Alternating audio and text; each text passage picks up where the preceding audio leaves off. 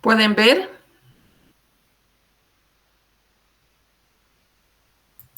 Sí, doctora. ¿Se ven? ¿Me escuchan? Entonces podemos empezar.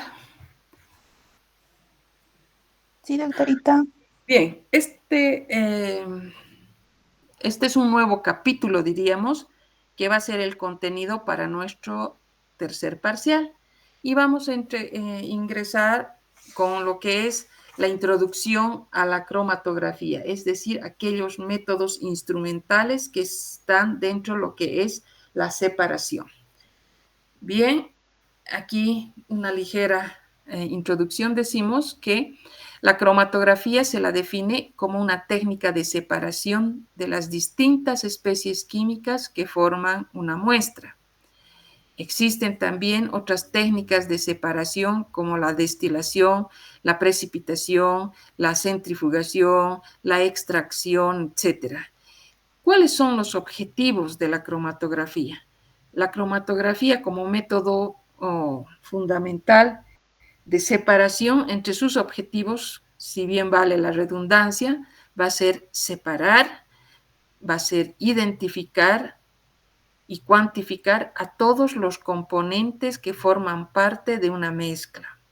La separación nosotros la vamos a definir como el procedimiento empleado para dejar al componente de interés fuera de la acción de otros componentes como las sustancias que pueden o van a interferir en su determinación. Hablaremos un poco antes de continuar de cómo surge la cromatografía, cuál es la historia de la cromatografía.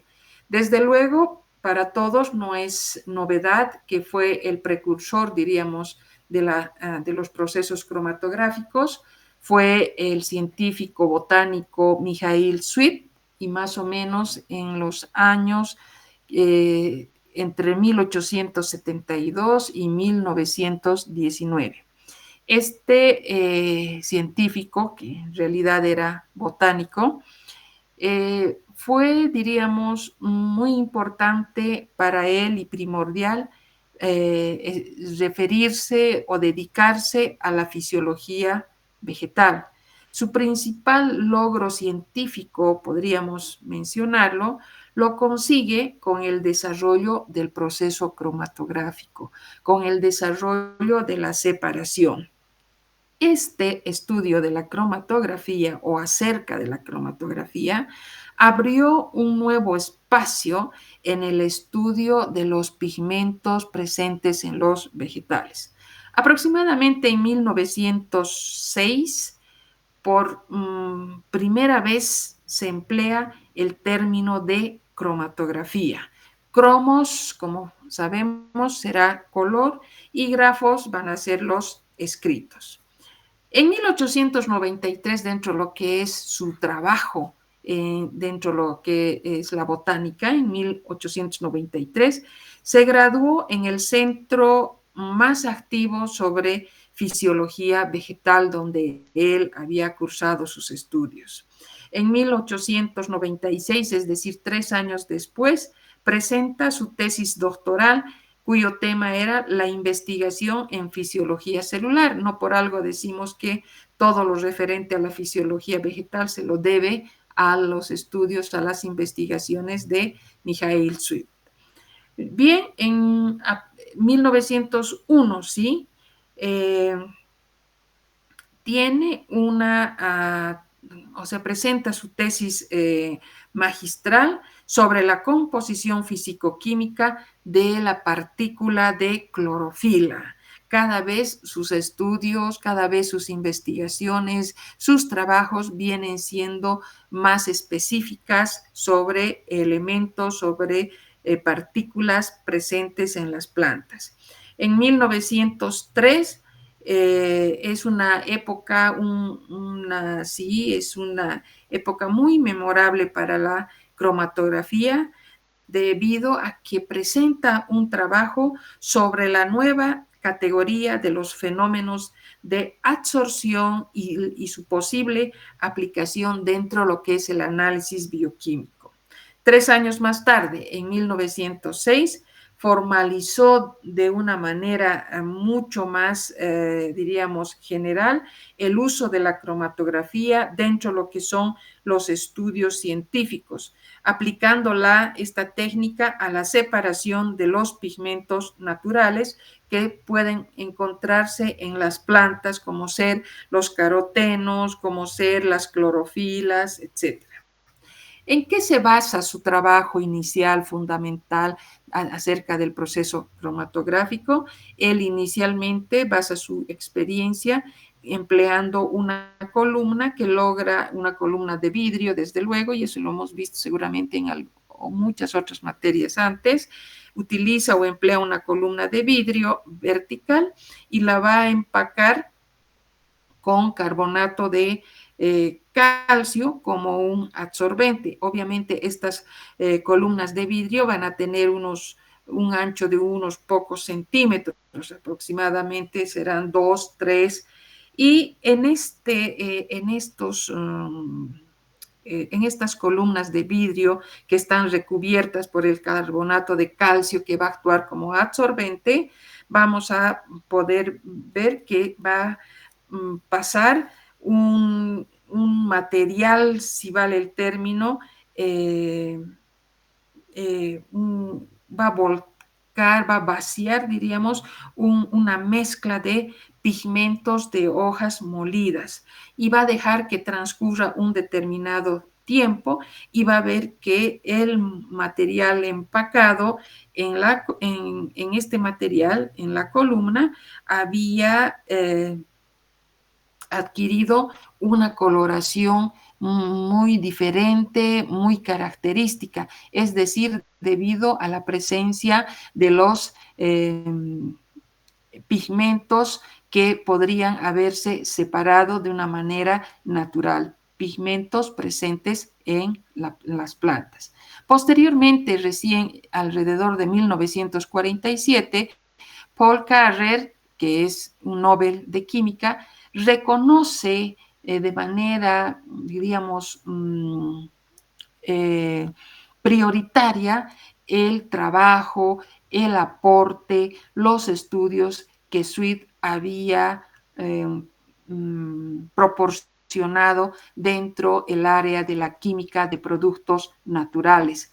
Entonces, estamos hablando de hormonas o que otros campos de la química no se hubiesen podido desarrollar, no hubieran podido avanzar si no era este trabajo tan minucioso, tan consistente que había sido proporcionado y realizado por Mijaíl Sweet. Entonces, con este preámbulo, nosotros pasamos a lo que son los objetivos que conlleva la cromatografía. Y nosotros habíamos mencionado 3 objetivos fundamentales que consistían o se referían a la separación, a la identificación y finalmente a la cuantificación. Y cuando nos referíamos a la separación, la definíamos como un procedimiento empleado para dejar a un componente de interés, a un elemento que es motivo de nuestro estudio, fuera de la acción de los otros componentes, como son las sustancias que interfieren en su determinación. ¿Cuál es el fundamento de la cromatografía o del proceso cromatográfico? Es la diferente distribución de los componentes de una mezcla entre 2 fases diferentes a las que las denominaremos, por un lado, la fase móvil y por otro lado tendremos la fase estacionaria. Entonces, vamos a ver que con esta definición, con este principio o fundamento de la cromatografía, nosotros vamos a definirla como una técnica necesariamente de separación. Entonces, ¿qué nos interesa? Como habíamos mencionado anteriormente, nos permite o nosotros empleamos este procedimiento para que el componente de interés, el componente que es motivo de nuestro estudio, quede fuera de la acción de los otros componentes que acompañan a la muestra, que pueden ser sustancias que en un momento dado podrían interferir en la determinación. Entonces, para eso nosotros tenemos dos objetivos dentro de lo que es la separación: la sensibilidad y la selectividad. ¿A qué nos referimos cuando hablamos de la sensibilidad? Nos referimos a la sensibilidad cuando la concentración del analito es bastante baja. Estamos hablando del orden de las trazas. La determinación directa puede dar lugar a valores de señales analíticas por debajo del límite de detección, y aplicar una técnica de separación puede conducirnos a una preconcentración que facilitaría nuestra técnica. Por otro lado, si nos referimos a la selectividad, se refiere o estamos hablando cuando las muestras contienen especies muy semejantes, muy parecidas a las del analito, o también que podrían llegar a perturbar, a interferir su medición. Tal es el caso del efecto matriz, si ustedes recuerdan, y en este caso se hace totalmente necesario aislar al analito que sea motivo de nuestro interés. Ahora, las técnicas de separación pueden dividirse en dos tipos o en dos grupos: las técnicas continuas y las técnicas discontinuas. ¿Qué dicen las técnicas continuas? Las técnicas continuas son procesos que implican la detección o la determinación de las especies involucradas de manera continua luego de ser separadas. Y las técnicas discontinuas, un momentito, por favor. Hola. Buenas tardes, dígame.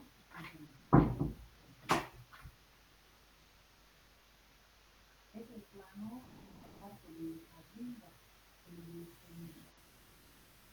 Sí, sí, sí. Es la que ya me mandaron. El de la cabaña, creo que sí, pero que tenemos que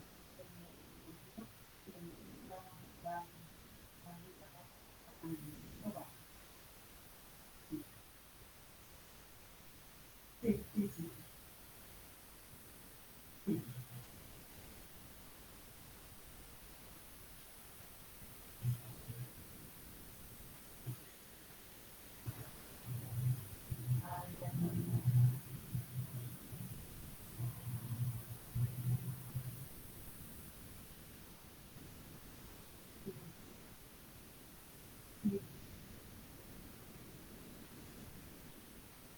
Sí, porque quedamos en el día del papel, pero no quedamos en el papel,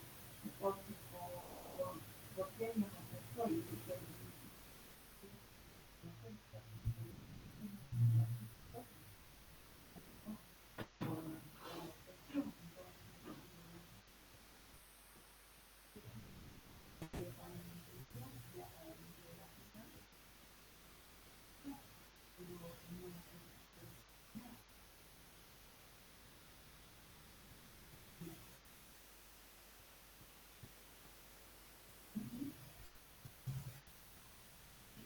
Si no lo pueden grabarlo, por favor, me avisan para que lo grabamos.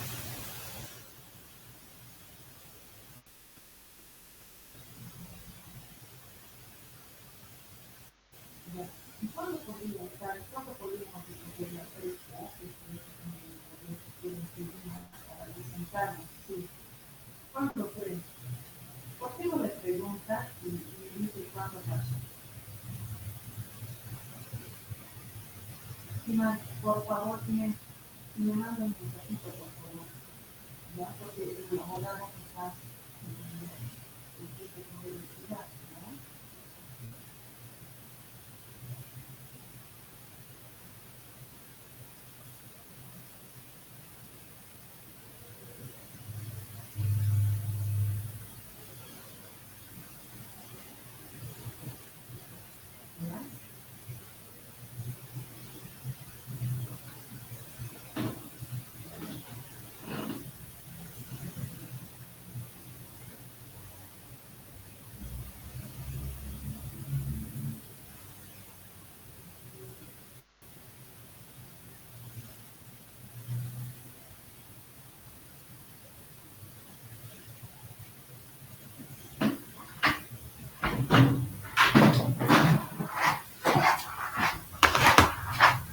Disculpen, jóvenes. A ver, estamos hablando de la división de las técnicas de separación en dos tipos o en dos grupos principales. Las técnicas continuas, que son procesos que implican la detección o la determinación de las especies involucradas de manera continua luego de ser separadas. Y por otro lado, las técnicas discontinuas son aquellos procesos que no llevan en sí misma la detección o determinación de las especies separadas. Es decir, la medida de la señal analítica se la realiza en forma discontinua respecto a la etapa separativa. Entonces, para eso, nosotros tenemos estos dos grupos y hacemos una clasificación. Y vamos a ver acá. Tenemos a las técnicas continuas en primer lugar y van a ser todos aquellos procesos cromatográficos. Dentro de estos procesos cromatográficos vamos a tener a la cromatografía de gases, a la cromatografía de líquidos y a la cromatografía de fluidos supercríticos. Es decir, entonces, a través y por otro lado, dentro de estas técnicas continuas, también existen aquellas que no son cromatográficas, como dice acá, no cromatográficas. Dentro de estas no cromatográficas vamos a mencionar a lo que es la electroforesis capilar. Como habíamos dicho, estas técnicas continuas son procesos que implican la detección o también la determinación de las especies de una forma continua, una vez que han sido separados, y dentro de estas técnicas están, como hemos dicho, aquellas que son cromatográficas, la cromatografía de gases, líquidos y fluidos supercríticos, y las no cromatográficas, la electroforesis capilar, que vendría a ser una de las técnicas que cumple con las características. Ahora, por otro lado, si vemos a la derecha, nosotros nos referimos a las técnicas discontinuas, que son tal vez las primeras que han surgido, donde tenemos, por mencionar, a la destilación y a la volatilización, la extracción de líquidos y por líquidos, el cambio iónico y por otro lado también tomar en cuenta a la precipitación, al enmascaramiento y a la electroforesis convencional. ¿Cuál es la característica de estas técnicas discontinuas, como hemos visto anteriormente? Todos constituyen procesos que no llevan en sí misma la detección. La medida de la señal analítica se la realiza de una manera discontinua, de una manera separada. Es decir, la medición de la señal analítica, como hemos mencionado, vamos a realizarla de una manera separada con respecto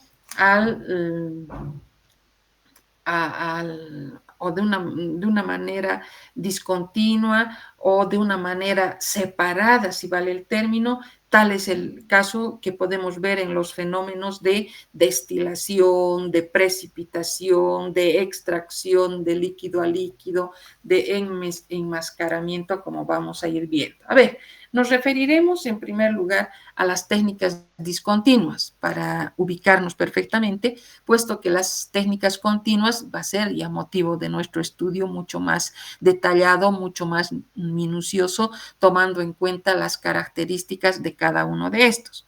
En cambio, vamos a repasar lo que constituye, por ejemplo, el proceso de destilación y volatilización.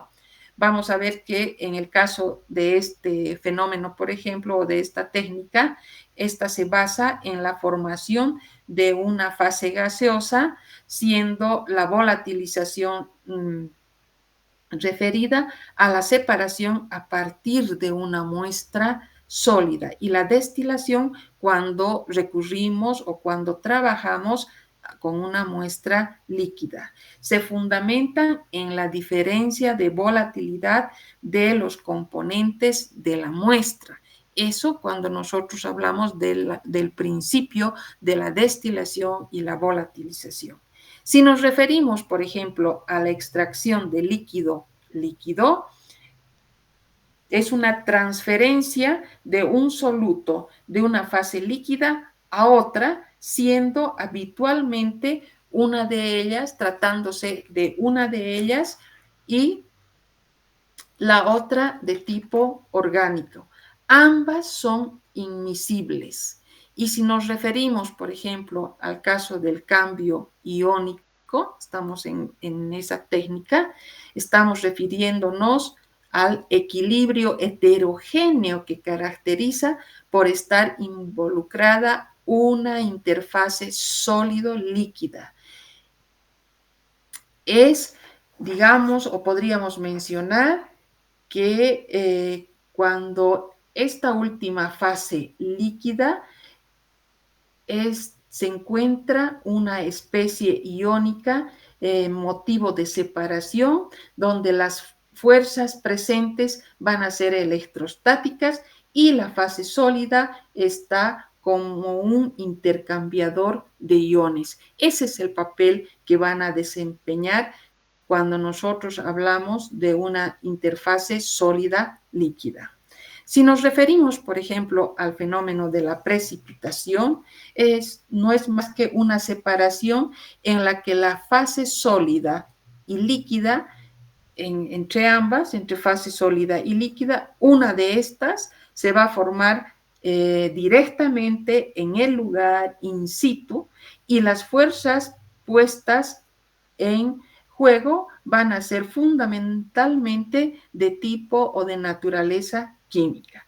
En cambio, el enmascaramiento se va a referir a una forma de separación donde existen o están presentes los iones metálicos, que consiste en la formación selectiva, ordenada, si vale el término, de complejos con la presencia de ligandos orgánicos y su posterior extracción a través o empleando un disolvente orgánico. Eso cuando nos referimos al proceso de enmascaramiento. Y si nos referimos a la electroforesis convencional, como estamos viendo, vamos a ver que es una técnica de separación, obviamente, previa a la electroforesis capilar, en este caso es convencional, la diríamos, más rudimentaria, si vale el término.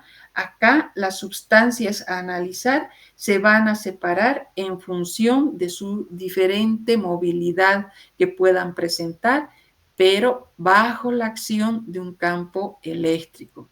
Los elementos a estudiar se mueven en un medio líquido que sirve como un medio conductor para la corriente eléctrica.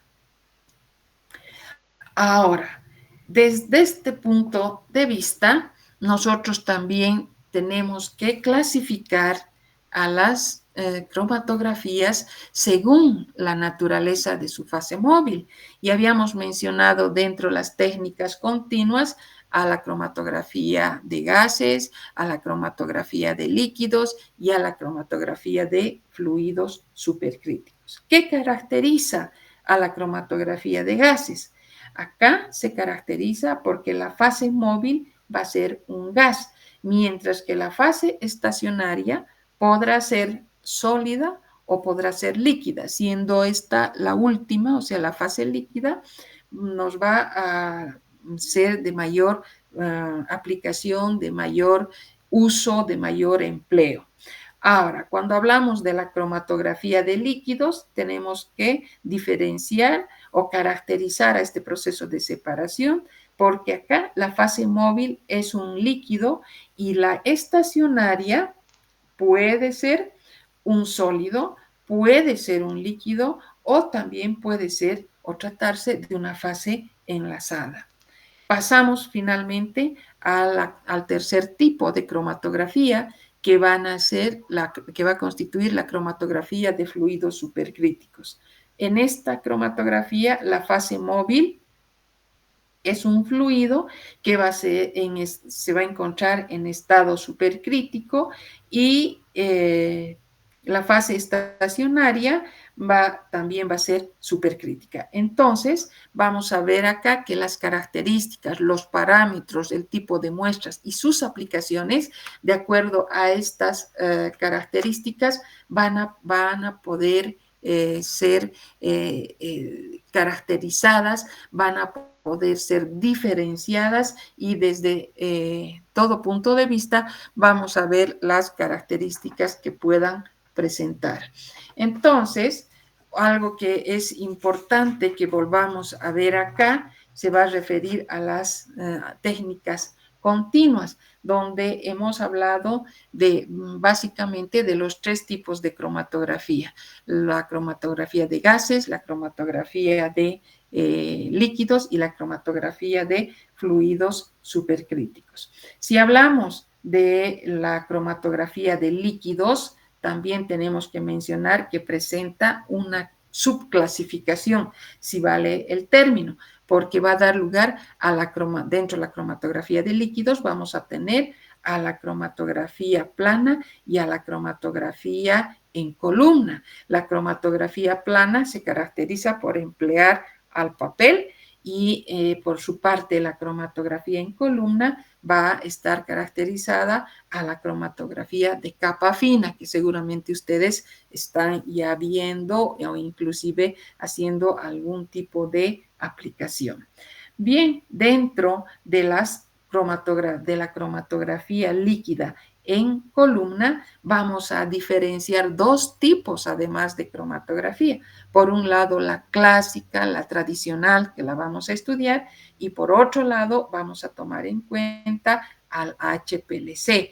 Y las características del HPLC, como ustedes también saben, entre sus características fundamentales es la aplicación de las grandes presiones, diríamos características para cada tipo de cromatografía, y vamos a ver acá que podemos clasificar a la cromatografía de absorción, la cromatografía de reparto, la cromatografía de cambio iónico, la cromatografía por exclusión, la cromatografía de afinidad. Entonces, como ustedes pueden ver, cada uno de estos procesos de separación por el tipo, por el principio, por las características de su fase móvil o su fase estacionaria, van a subdividirse, vamos a poder contar con varios otros grupos que están formando parte de los procesos cromatográficos y que están comprendidos dentro de las técnicas continuas. Entonces, vamos a ver entonces que hay una serie de términos que nosotros podemos encontrarlos acá, y uno de los más importantes se va a referir a lo que es un cromatograma. Un cromatograma es una imagen que muestra la evolución en función del tiempo de un parámetro que depende de la concentración del soluto a la salida de la columna. El gráfico se obtiene gracias a la presencia de un detector que está situado, que está ubicado a la salida de la columna. Aquí ustedes pueden ver, aquí tenemos entonces un cromatograma donde los picos cromatográficos corresponden a la elusión de los diferentes componentes que se han logrado separar y que a la vez contienen la información analítica a partir de sus 3 parámetros, que van a ser la posición de los picos, que nos va a proporcionar una información cualitativa. Después vamos a hablar del área bajo el pico, que nos proporciona una información cuantitativa, y también es importante, como ustedes pueden ver en la figura, la altura del pico. Esas son las características que presenta un cromatograma. ¿Para qué se lo utiliza el cromatograma? El uso del cromatograma es cualitativo, hemos dicho, es cuantitativo, y también se lo emplea para evaluar la eficiencia en la separación y en la performance que pueda tener la columna. ¿Por qué es cualitativo? el tiempo de retención se mantiene constante bajo condiciones cromatográficas idénticas y a través de esto podemos llegar a identificar compuestos, el grado de complejidad de la muestra e inclusive esto nos da referencia a la posición del pico.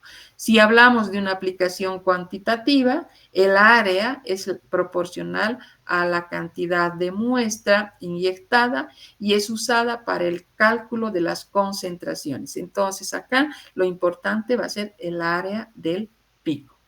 Y se usa para evaluar la eficiencia en las separaciones y en la performance de la columna. Acá tenemos que tomar en cuenta, por ejemplo, al factor de capacidad de retención, a la selectividad, al número de platos teóricos, a la altura, al equivalente de platos teóricos, a la resolución que puedan tener. Y también les he puesto, como es un tema introductorio, una serie de, diríamos, definiciones de algunos términos, de algunas palabras que las vamos a utilizar con suma frecuencia y que debemos tener una idea bastante concisa de a lo que se refiere. Y en este caso, vamos a ver, por ejemplo, el caso de la eficiencia, que se la definimos como la capacidad de elusión con una mínima dispersión del analito. El plato teórico es una etapa ideal de transferencia. Luego tenemos el número de platos teóricos que se refiere o nos indica a la eficiencia de la columna. Luego tenemos la absorción o lo que es un absorbente, es la fase estacionaria dentro de la cromatografía de reparto y de absorción. Absorción es la retención de una especie química en los sitios activos de la superficie de un sólido, quedando limitado el fenómeno a la superficie que separa las fases interfacial. Esta retención superficial puede ser física o puede ser química.